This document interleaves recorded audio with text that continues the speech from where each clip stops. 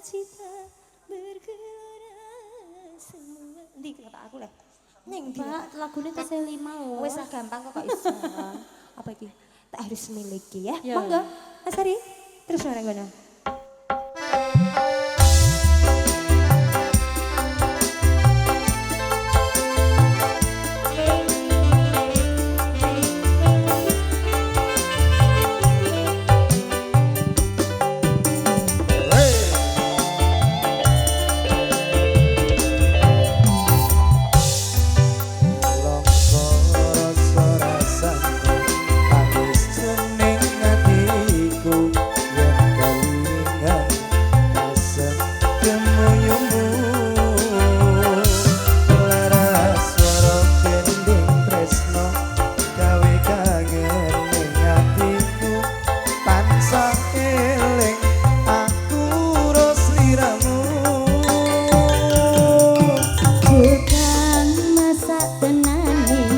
Aku ngerti hatimu ning wis mestine aku jodohmu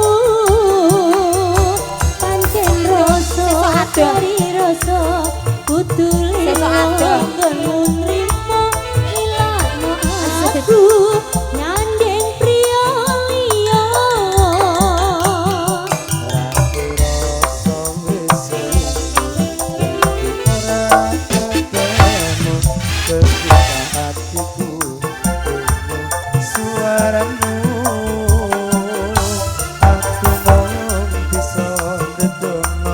Waranggono sing tak tresno muga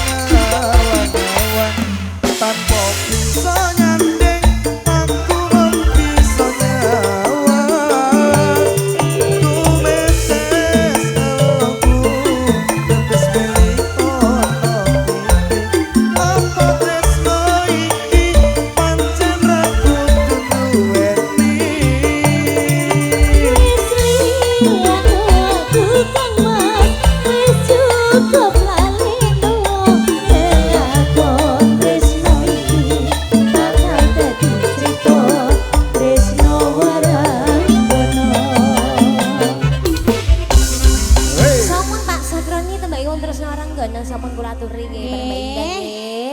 Matur suwun sangune mangkin malih. Mangkin malih. Pokoke jenengan pami nyawer oleh Dik Wahyu Manggolo niki sami mon kali sedekah. Sedekah Pak, saestu. Yuk lanjut ke pilot Mas. Nggih. Terima kasih banyak sekali coba yuk. Yuk. Sasut yuk. Cus. Mangga.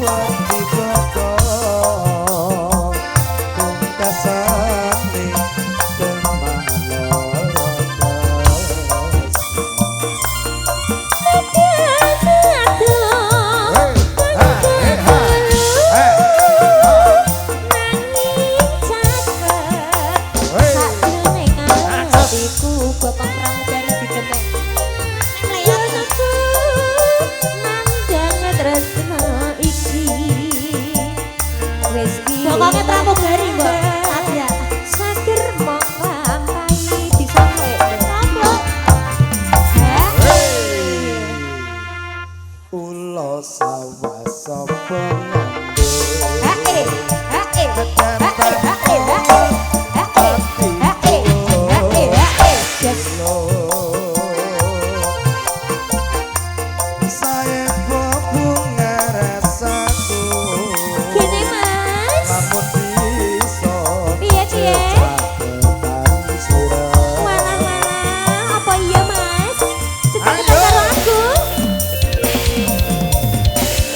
Numpak apa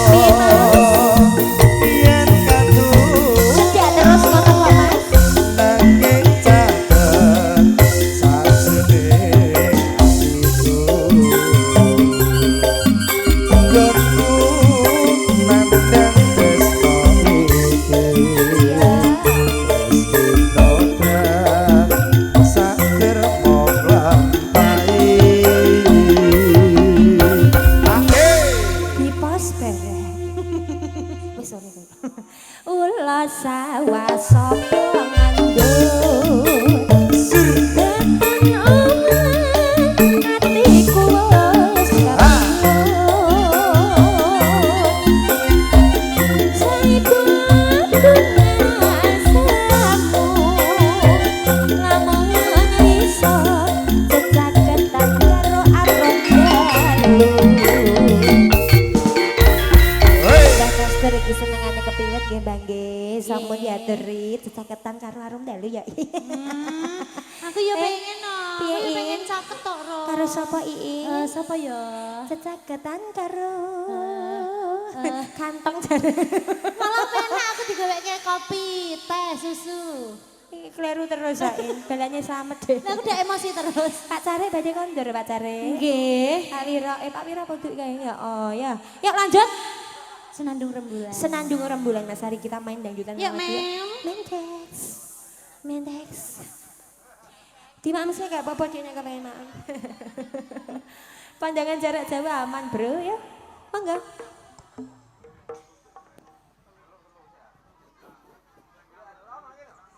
Ayo Amrong senengane ngono. Iki lho time is money Mas Ari. Artine Ro. Waktu adalah uang, yo. Mana kon ngurus bahasa Inggris kok pinter ngono. You are welcome ya Mas Ari. Cus. Nomor 23 Mas, ngono kok angine ram gene cah. Golekno Cek Ejon. Ejoni wis apal ya ora gelem iwangi kancane kok iso. Joni, Udin, din.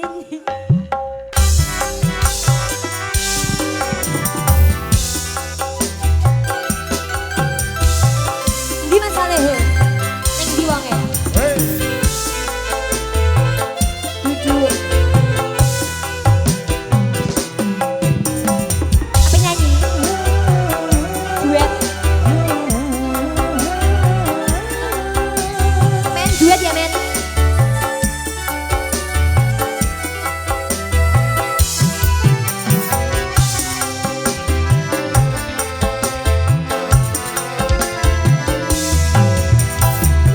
Ku dengar alunan lagu bersenandung rindu,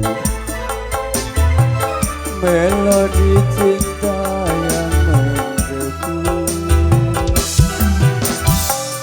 di dalam hati yang terpaku.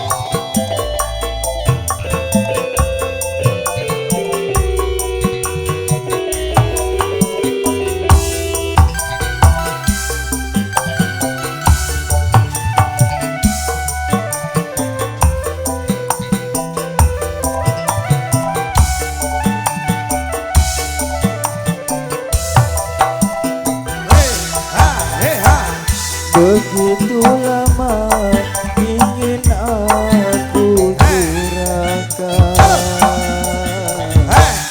gelora cinta yang lama bersemayam.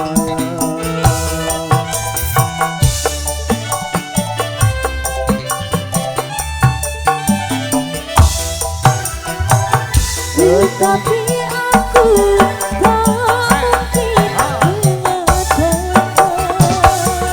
mengatakan biar cinta hanya sebatas angan. Aku bukanlah rembulan seindah yang kau bayangkan, tetapi redu dan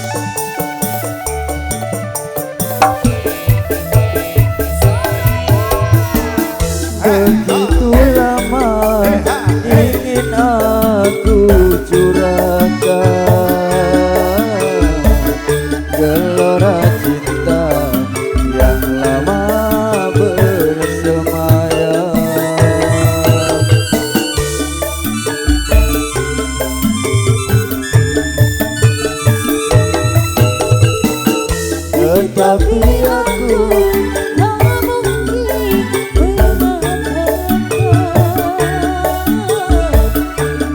biarlah cinta hanya sebatas angan. Aku bukan bulan seindah yang kau bayangkan, tetapi aduh dan tiada kasihku tak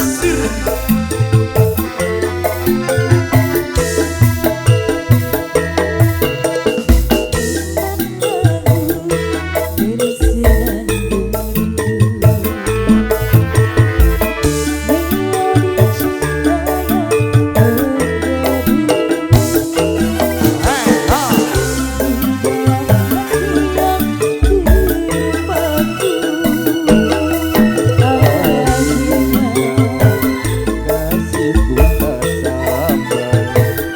Maafkanlah aku, maafkanlah aku. Maafkanlah aku. Oke, terima kasih Mas Saleho. Nggih, tak maafno mboten napa-napa Mas. Memang cinta tak harus memiliki kok Mas. Iya, betul. Lagune Bahtera Cinta Mas Hari. Nggih. Pak Bas jare nyanyi apa tak krungu suaranya sampean Ya tak? Pak sekali-sekali. Yo cus monggo. Bahtera Cinta. Apa? Nggih. Piye Apa Batal? Diwakilke iki lho, Rom. Oh Pak iya, Kuning. Bapak Pak Kuning nggih. Yuk cus monggo. Gawe am nyanyi nang kali ombo lah, Pak. Ayo. Sun. Kawe isih metuk ya, Mas.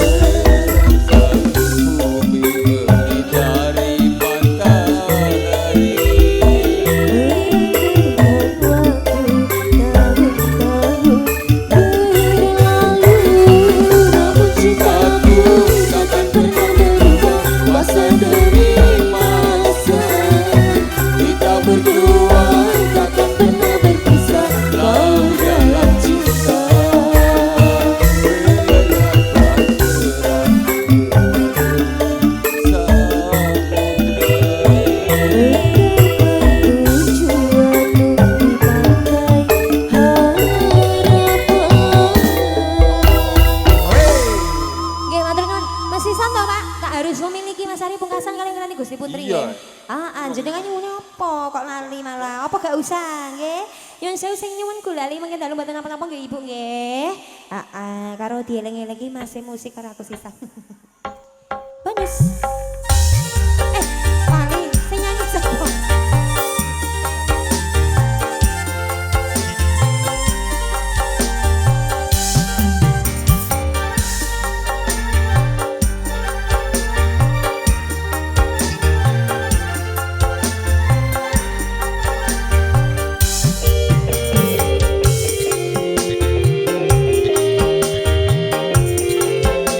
Mbah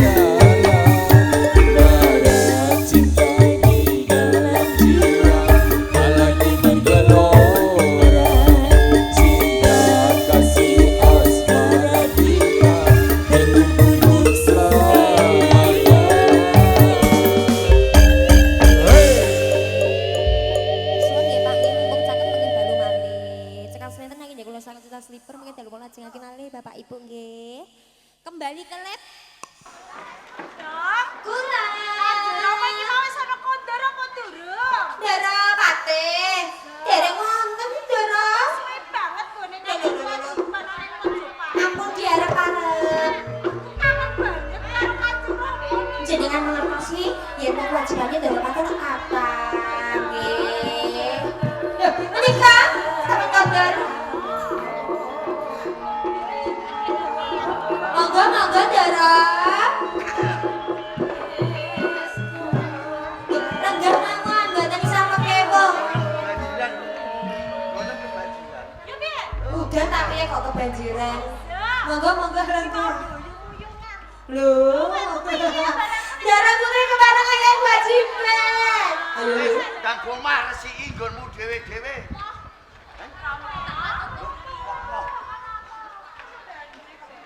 Sampun sawetawis dangu yang menika tindak ngayahi kewajiban. Wis dinten sak menika dereng wonten kondhok. Mas kapan saged salebeting marang kula. Oh, dadi sliramu kangen kawan Rama ya Anjasmara. Terus ngaten jalaran pejam menika tiyang sapa ingkang saged kula tresnani. Merga kapara suwe Rama tindak. Nggih. Merga ana kewajiban ana ing Praja Majapahit iki lagi ora tentrem kok mau. Majapahit boten tentrem. Iya. Perkawis napa nggih, Mo? Perkarane sing gawe geger ya Urubisma Minajindo. Dadi Rama bali ana kepatihan iki nguwatirke kelawan sliramu. Nanging pejam menika ampun kuwatir, Rama. Ing kasunyatane wonten ing kepatihan menika ayem tentrem boten wonten menapa-napa. Dadi ayam tentrem ora ana alangan rugi Wonten apa. napa-napa kok, Mo. Ya dadi bungah sajroning batine Rama. Ngaten. Mergane kepatihan ayam tentrem. Nanging Anjasmara Terus pundi, Mo? tekaning Rama ana ing kepatihan ana ing Praja Majapahit ki adok. Nggih. Ya iki mang Rama mlaku ora numpak montor, Ah, napa iki?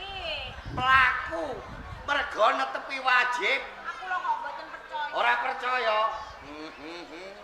Ki Rama rumangsa sayah ya kesel. Ajeng. Rama pengin turu Oh, ngaten. ning Nggih. mengko yen ana tamu kok upama tamune iki kakung Menawi tamune kakung. sing murba ki Rama Ngaten.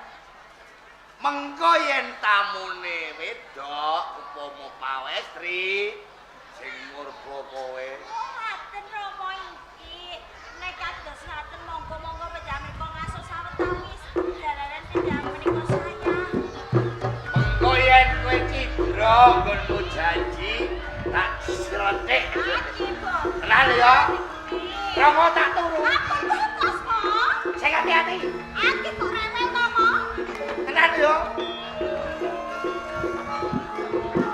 Kula ingkang sowan.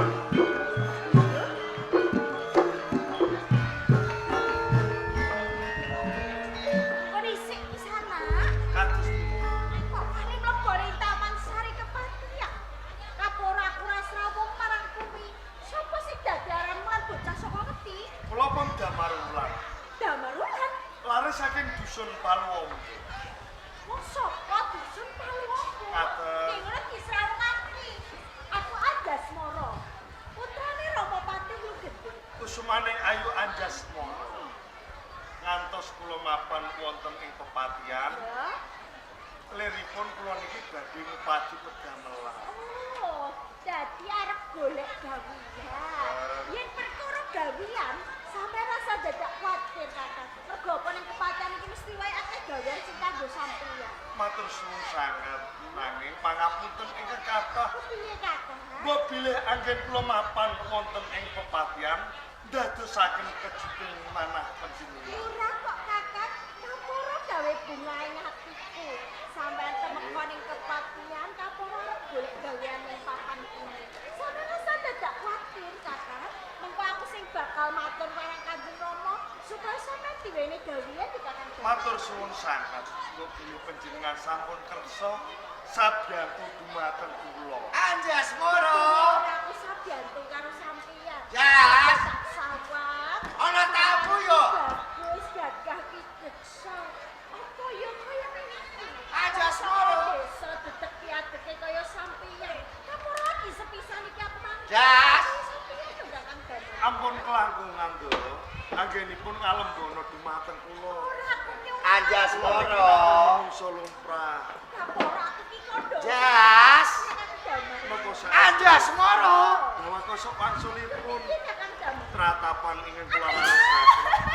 Aduh, Mak.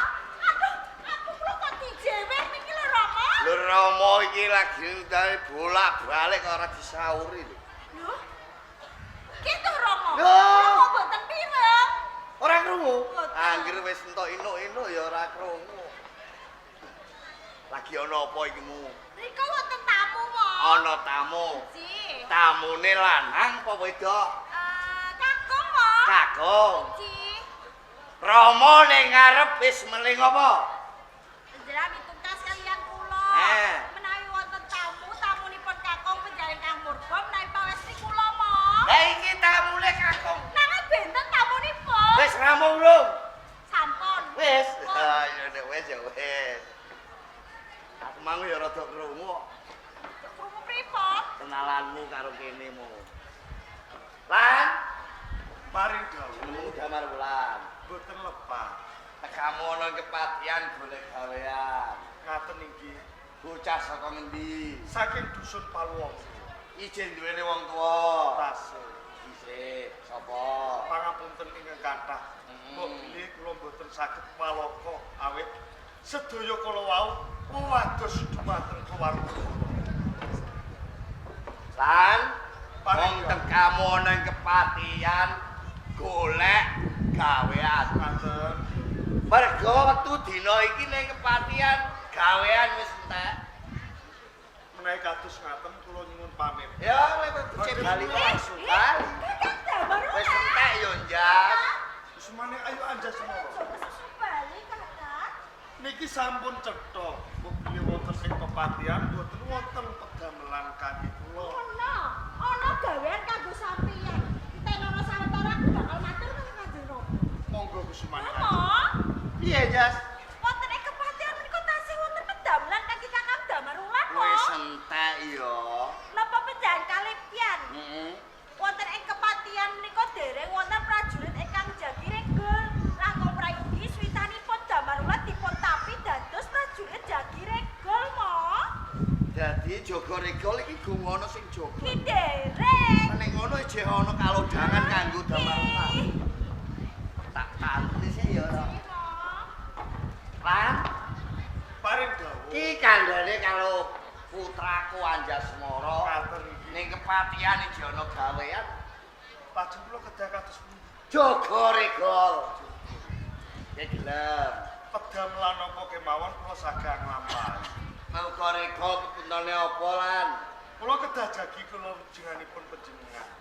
Ning ana syarat-saranane. Lajeng syaratipun Yen kowe wis gelem jaga regol, ing mangkone sok sapa wae sing kepengin mlebu ana ing kepatihan, yen ora nggawa tapak asmaning Patih Lugender, aja kok paringke lho. terwaca sedaya pangandika panjenengan. Eling-eling. Menika kula badhe miwiti pedamelan kula. Aja nganti tena lho ya. Boten. Wis budal. Tambah ing pangestu. Sing ati-ati. Hati-hati ya, Kang Damar Wulan. Dadah, Kakang. Pamit Kusumane. Hati-hati, Kakang Damar Wulan.